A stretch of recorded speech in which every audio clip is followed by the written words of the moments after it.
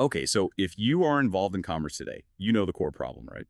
Inventory management. It's just this constant battle. You either spend too much capital by overstocking, or worse, you lose sales because you ran out of that one thing someone really wanted. Maybe you lose the customer completely. It feels impossible sometimes. Today, we're doing a deep dive into the tech stack that's, well, finally making this balancing act seem possible. Actually, quite efficient. We're talking about artificial intelligence, AI, integrated with multi-channel platforms, MCPs, and RFID technology, radio frequency identification. Our mission here is pretty straightforward. Quickly pull out the key insights, especially from that AI-powered stock optimization report we looked at. We want to understand exactly how this combination boosts forecasting, streamlines getting new stock in, and gives genuine real-time tracking. You've absolutely nailed the core challenge there. I mean, the market today just demands speed and precision like never before. We're really past the point of managing inventory based on, gut feelings or just looking back at last quarter. This combination, AI as the brain, the MCP as the central nervous system, and RFID for the eyes and ears on the ground, it's not just a small step forward. It feels pretty revolutionary. We're looking at a fundamentally smarter way to manage every single item from the supplier right until it's, well, in your customer's hands. Okay, great. Let's unpack that. Let's get into the structure. How do these parts actually work together? Because it's not just plugging AI into an old system, is it? It sounds like a completely new mechanism. 4 steps you mentioned. It has to start with seeing everything, I imagine. Exactly. Step one is absolutely crucial, data integration. You need to think of the multi-channel platform, the MCP, as more than just software. It's like the master traffic controller for information. It's constantly pulling in all the relevant data, not just sales from the till or the website clicks. We're talking supplier lead times, shipment updates, where things are in the warehouse. Even external stuff, like you said, maybe local events, weather forecasts, seasonal shifts, all of it gets fused together. This rich combined data stream is basically the food for the AI. Without the MCP serving up this real-time, complete picture, the AI is essentially flying blind. Right, okay. That makes sense. That sets up step 2 perfectly then. Predictive modeling. So the AI has all this clean, aggregated data. Now it needs to predict the future, right? I remember the old ways. You'd look at last year's sales, maybe tweak a spreadsheet. What kind of tools we're talking about now? What's the AI actually doing? Well, they're leveraging some pretty advanced statistical techniques. Our sources specifically mention models that are really good at time series analysis, things like ARIMA models. These models can spot patterns that, honestly, a human would likely miss. Forget simple year-over-year comparisons. They analyze historical sales and can figure out if a spike was just random or if it happens, say, every second Tuesday, or only when a competitor slashes prices. It finds those hidden rhythms. Finding the hidden rhythm of demand. I like that. But okay, the big question, how much better is this? How much more accurate is this AI forecasting compared to the traditional ways? Give us the number.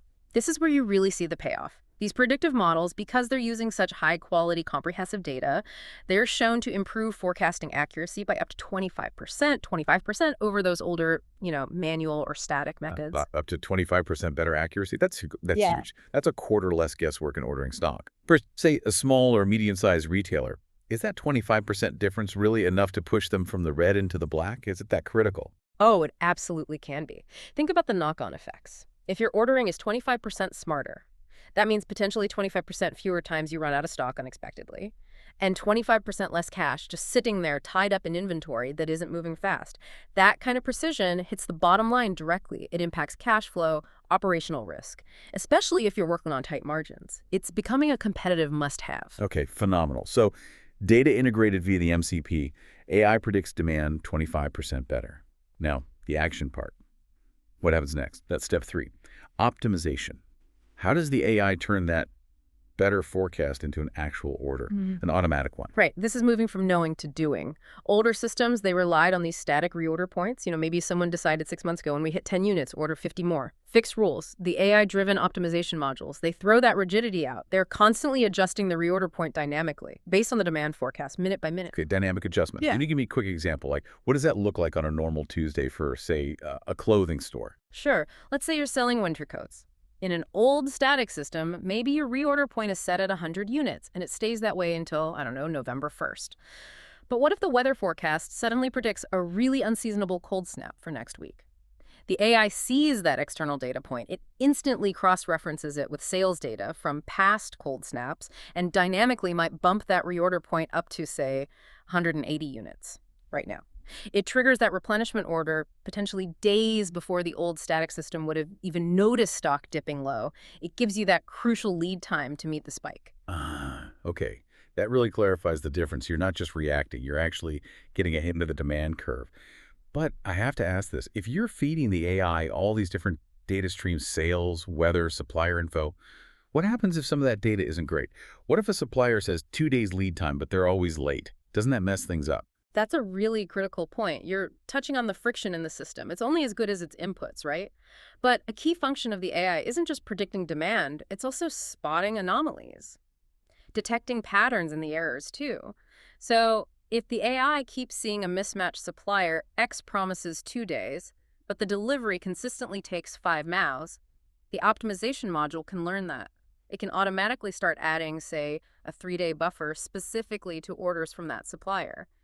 The AI essentially learns to compensate for some of that real-world unreliability. It tries to minimize the impact of messy data. Okay, that makes sense. So we've got Yeah. the digital brain with the AI, the nervous system with the MCP. But here's where things often fall apart in the real world, right? The physical inventory. Supply chain theory is one thing, but how do retailers know what is actually on the shelf right this second? How do they account for, I don't know, a sudden rush of customers, theft, or just a box put in the wrong place in the stockroom? And that brings us perfectly to the final piece, the critical physical component. Real-time tracking via RFID. This is step 4, and it's what closes the loop. RFID, radio frequency identification. Right. I know inventory data used to be this huge manual chore. Clipboards, scanners. What does adding item-level RFID actually feel like for someone managing a store? Honestly, it probably feels a bit like magic compared to the old ways. Instead of a snapshot count once a week or maybe once a day, that only tells you stock at that one moment. Mm.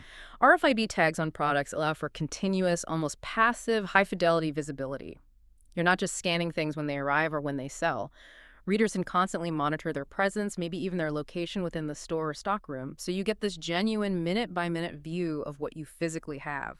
It closes that gap between the system's belief and the ground reality. And this continuous stream of data, it's not just for watching, right? It feeds straight back into the AI models, completing that cycle we talked about. Absolutely. The whole agility of this system relies on that immediate feedback loop. Let's say the AI predicted you'd sell 50 blue shirts today based on trends, but by noon, the RFID readers show 75 have already left the floor. The system flags that instantly. It adjusts the reorder points for blue shirts immediately, maybe alerts the warehouse to prep more, and starts refining the forecast for the next few days based on this real-world surge. Being able to react instantly when reality deviates from the prediction, that's the key to capturing unexpected demand instead of missing out. So we kind of laid out the mechanics, how it works. Now let's pivot to the why. Why are retailers actually investing in this, writing the checks? Because, knowledge is great, but it's most valuable when you see the results. The sources really zero in on 3 huge benefits: efficiency, accuracy, and agility. Okay, let's start with efficiency. And the big one, stock holding costs. That's always a major pain point, especially for finance departments. Exactly. By really optimizing when and how much stock they replenish, only ordering what's needed, just when it's needed, retailers are cutting their stock holding costs significantly. We're seeing figures in the range of 15 to 20% reduction. That's direct financial benefit. It's money not tied up in boxes sitting in a warehouse. It frees up working capital that can be used for other things like marketing or growth instead of just sitting idle on shelves. Right, a 15–20% cost reduction is serious money. And that efficiency gain gets amplified by the second benefit you mentioned, accuracy, which ties back to that better forecasting number. Precisely. The AI does a much better job matching the supply with the actual customer demand. So that improved product availability driven by that 25% forecast improvement, it directly cuts down on those lost sales from stockouts. And on the flip side, by predicting and preventing overstocking, especially for things like perishable goods or seasonal items, you see a big reduction in waste and the need for heavy markdowns. Makes sense. And a third element, agility. In today's market, being able to pivot fast seems like the ultimate edge. How does this ARFID combo deliver that? The agility comes from essentially eliminating the latency in information. When the AI optimization is running on real-time RFID data, the retailer can react almost instantly to market shifts. Think about a product suddenly going viral on social media, or an unexpected supply chain hiccup. or even just a localized demand spike because of, say, a local event.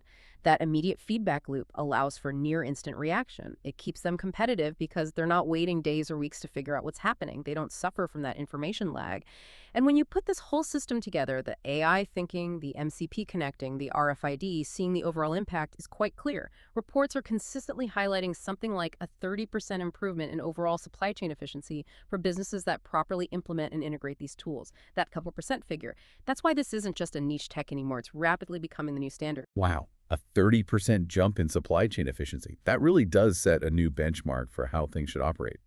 It sounds like this combination is creating systems that are just fundamentally smarter, way more precise, and much more adaptive than anything we had before.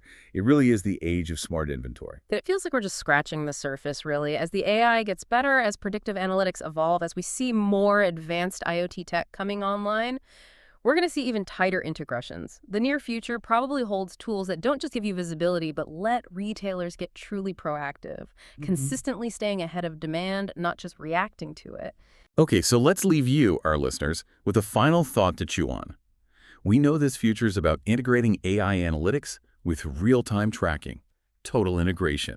So considering that, what completely new retail strategies could emerge when a store's inventory visibility becomes truly 100% instantaneous? When there's zero lag time between something happening and the system knowing about it, ready to make a decision. Think beyond just ordering stock. What about dynamic pricing right there in the aisle? Or instantly adjusting staffing based on real-time customer flow patterns picked up by the system? Or even optimizing the physical store layout on the fly? What becomes possible with absolute real-time data flow? Something for you to think about until our next deep dive.